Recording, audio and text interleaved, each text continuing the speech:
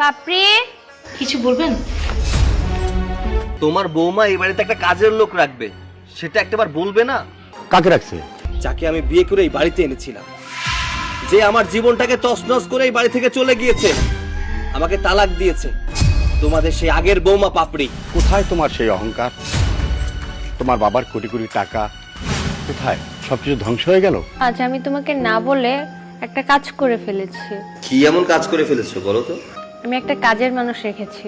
ও আচ্ছা, এখানে বলার কি আছে? তোমার কাজে একটু হেল্প হবে এর জন্য একটা কাজের লোক রেখেছো, এখানে বলার কিছু নেই। জানো, মেয়েটার কথা শুনে না আমার অনেক খারাপ লেগেছে। হাজবেন্ড ডিভোর্স দিয়ে দিয়েছে, আর সবচেয়ে বড় কথা হলো ওর মা অনেক অসুস্থ। এ বাসায় কাজ করেই ওর সংসার চালাতে হয়, তাই আমি ভেবেছি রেখে দিই। শোনো, তোমাকে একটা কথা বলি, সব ডিভোর্সি নারী কিন্তু অসহায় না। অনেক ডিভোর্সি নারী আছে যারা নিজের কৃতকর্মের কারণে স্বামীর সংসার করতে পারে না। এমনও তো হতে পারে তুমি যাকে কাজের লোক হিসেবে রেখেছো সেই মানুষটাও তেমন। দেখো, তুমি যেটা ভাবছো তেমনটা না, মেয়েটা অনেক ভালো। আচ্ছা ওয়েট করো, আমি ওকে ডাক দিচ্ছি, তুমি দেখো। পাপড়ি, আয় পাপড়ি। কি ম্যাডাম, কিছু বলবেন?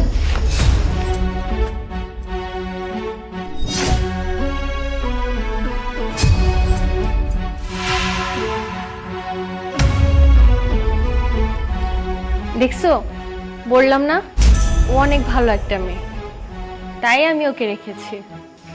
দেখানোর জন্য এনেছিলে? দেখেছি। ওনাকে এখান থেকে যেতে বলো। কাজের জন্য এনেছো, কাজ করতে বলো।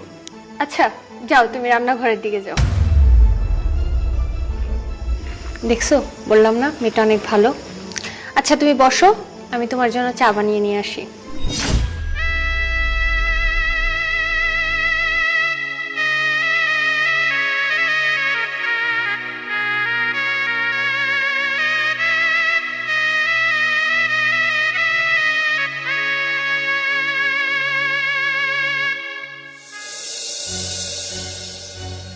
বাবা, তোমার বৌমা এই বাড়িতে একটা কাজের লোক রাখবে, সেটা একটাবার বলবে না?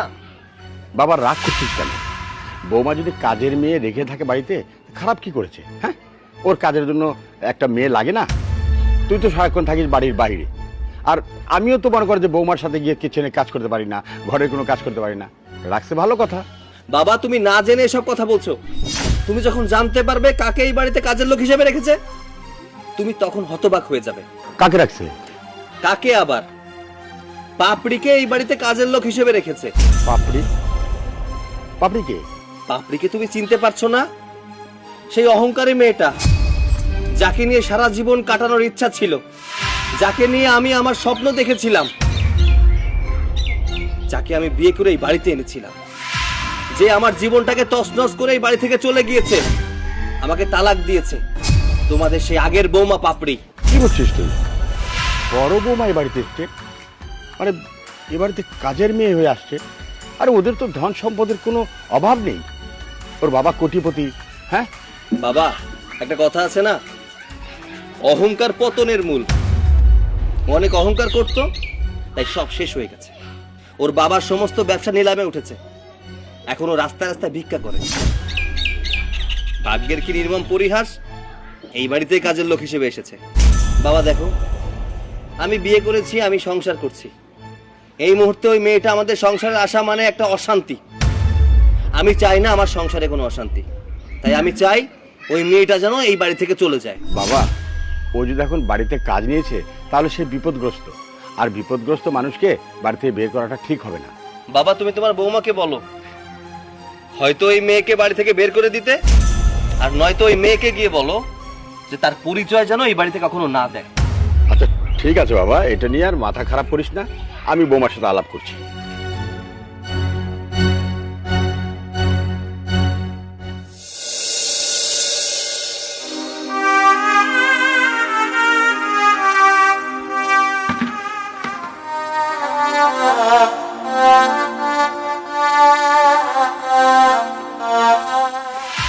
আসসালামু আলাইকুম বাবা। ওয়ালাইকুম আসসালাম ওয়া রাহমাতুল্লাহি ওয়া বারাকাতুহু। মা, এই যে পরে বাড়িতে কাজ করতে এখন তোমার কেমন লাগছে? কোথায় তোমার সেই অহংকার? তোমার বাবার কোটি কোটি টাকা কোথায়? সবকিছু ধ্বংস হয়ে গেল। অহংকার বেশি ভালো না। মা, তুমি আমার কথা শোনোনি। তোমাকে অনেকবার বুঝিয়েছি, অনেকবার বলেছি যে দেখো মা, আমার সৈকতের সাথে কোনো ঝগড়া করে কথা বলো না, চিৎকার করে কথা বলো না। তুমি শোনোনি, কারণ তোমার মায়ের বাড়িতে অনেক টাকা পয়সা ছিল, সব কিছু নষ্ট হয়ে গেছে, ধ্বংস হয়ে গেছে। তুমি কি করেছো? আমার কথা না শুনে আমার ছেলেকে ডিভোর্স দিয়ে চলে গেছে। আজকে দেখো, ভাগ্যের পরিহাস, এ বাড়িতে তুমি কাজে এসছো। একটা কথা আছে বৌমা, পাপ কখনো বাপকে ছাড়ে না। ঠিক বলছেন আব্বা, আমি অনেক পাপ করছিলাম। আমি আমার স্বামীর মনে কষ্ট দিয়া তারে আঘাত করে কথা কইছিলাম, সব সময় তারে ছোট করছি। আমি আসলে বুঝতে পারি নাই। তখন যদি আমি বুঝতাম তাহলে আজকে আমার এই পরিণতি হইতো না। শোনো, তুমি যা করার করেছো, এখন তোমার কাছে একটা অনুরোধ আমার, দয়া করে এ বাড়িতে তোমার পরিচয়টা অন্তত দিবে না। আব্বা, আপনি কোনো চিন্তা করেন না, আমি আমার পরিচয় এই বাড়ির কাউকে কমু না। আমি এমনিতেই অনেক কষ্ট দিয়েছি আপনার ঘরে, আমি আর নতুন করে আপনার ঘরে কোনো কষ্ট দিতে চাই না। আমিও চাই আমার পরিচয়টা গোপন থাকুক। দেখো বৌমা, ছোট বৌমা অনেক ভালো মানুষ। আমি চাই না তোমার কারণে ওর কপালে কোনো দুর্গতি নেমে আসে। ঠিক বলছেন আব্বা, আপনার ছোট বৌমা অনেক ভালো মানুষ। সে যদি আমারে ভালো না বাসতো, দয়া না করতো, তাহলে হয়তো এই বাড়িতে জায়গা দিত না। আমি ওই মানুষটার আর কষ্ট দিতে পারবো না, ঠকাইতেও পারবো না। আমার যা করার তো আমি কইরেই পালাইছি। কিন্তু জানেন আব্বা, আপনার ছোট বৌমার না কপাল অনেক ভালো, অনেক ভালো। এই ভাগ্যটা তোমারই ছিল, কিন্তু তুমি তোমার নিজের কারণে ভাগ্যটাকে নষ্ট করেছো। যা হোক, আমি যা বললাম কথাটা মাথায় রেখো।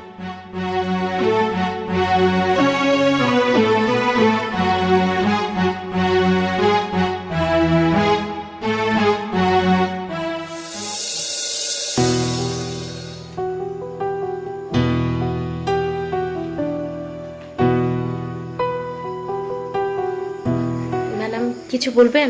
হ্যাঁ, তোমার আজকে আর কাজ করতে হবে না। কেন ম্যাডাম, আমার কি কোথাও ভুল হয়েছে? যদি আমার কাজে কোনো জায়গায় ভুল হয় ম্যাডাম, আপনি আমাকে শুধু একবার বলবেন, আমি ওই কাজটা আবার করে দিব। কিন্তু ম্যাডাম আমাকে কাজ থেকে বের করে দিবেন না।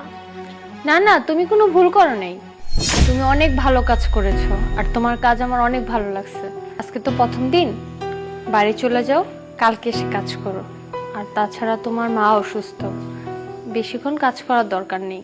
হ্যাঁ ম্যাডাম, আমি কাজ করতে চাই। আপনাকে তো আমি সবই বলেছি, আমার সংসারটা কিভাবে চলছে। আচ্ছা ঠিক আছে, আর যদি তোমার কোনো কিছু প্রয়োজন হয় আমাকে বলবা। হ্যাঁ, আপনি অনেক ভালো মানুষ ম্যাডাম, আপনার স্বামীর কপাল অনেক ভালো, আপনার মতো একটা বউ পেয়েছে। নাও, এটাতে কিছু খাবার আছে তোমার আর তোমার মার জন্য, তুমি চলে যাও এখন। ঠিক আছে ম্যাডাম। আচ্ছা, আসসালামু আলাইকুম। ওয়ালাইকুম আসসালাম। মেয়েটা কত ভালো। আরে না হলে মিস্ত্রি দেখা লাগবো, এত কাল বানা করার কি দরকার আছে?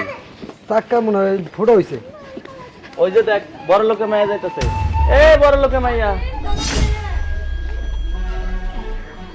কি হয়েছে, ডাকতেছেন কেন? কি বাবা বড় লোকে মাইয়া, কই গেছিলেন? গাড়িও দেখতেছি না, কোনো সেনাপতিও দেখতেছি না, ব্যাপার কি? গাড়ি আর সেনাপতি গেল কই? আপনারা আমার এমন ডাক দিয়ে রাস্তার মধ্যে দাঁড় করাইছেন কেন? শুনেন, আমরা খারাপ কি কইছি?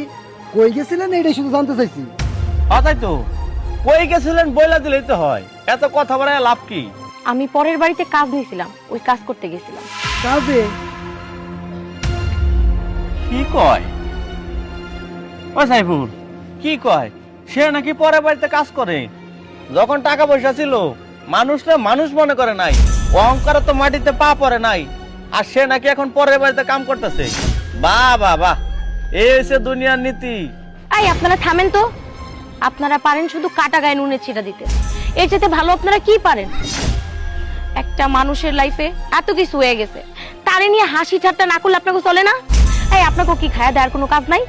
কে কখন কি করতেছে না করতেছে এগুলো নিয়ে সারাক্ষণ পড়ে থাকেন কেন? এত কথা কইেন না তো, যা সত্য তাই কইতাছি। আগে যা করছেন তাই তো কইতাছি। টাকা অনেক টাকা ছিল, মানুষরা মানুষ মনে করেন নাই, অনেক অহংকার দেখাইছেন, স্বামী সংসার করেন নাই, ডিভোর্স দিয়ে দিছেন, এখন আপনি হচ্ছেন ডিভোর্সি। বাবা রে বাবা, দেন কপাল, আরে কপাল কপাল গুনে আজকে আপনি পরের বাড়িতে চাকরি করে খাইতেছেন। হ্যাঁ, একটা সময় আমগো টাকা ছিল, আমার অনেক অহংকারও ছিল, আর এই অহংকারের কারণে আমি আমার স্বামীরে তালাক দিছি। আমি হলাম একটা ডিভোর্স দিব। আপনাকে আর কিছু কনের আছে? আর এই যে শোনেন, আপনাকে একটা কথা কয়ে দিই, মানুষটা নিয়ে উপহাস করেন না, মানুষের অধপতন হইতে সময় লাগে না। আইসে জ্ঞান দিতে, কয়দিন আগেও কথা কইবার নিয়ে গেলে আবার সিরিয়াল দেখা লাগতো, আরে এখন আইসে আমাকে জ্ঞান দিবার লিগা। আর ধুর, আমি করলো কথা কইতাম নাকি, শুধু একটু টিটকারি মারলাম রাস্তায়, মনে করাই দিলাম যে গরিব হয়ে গেছে। এলাম যাই।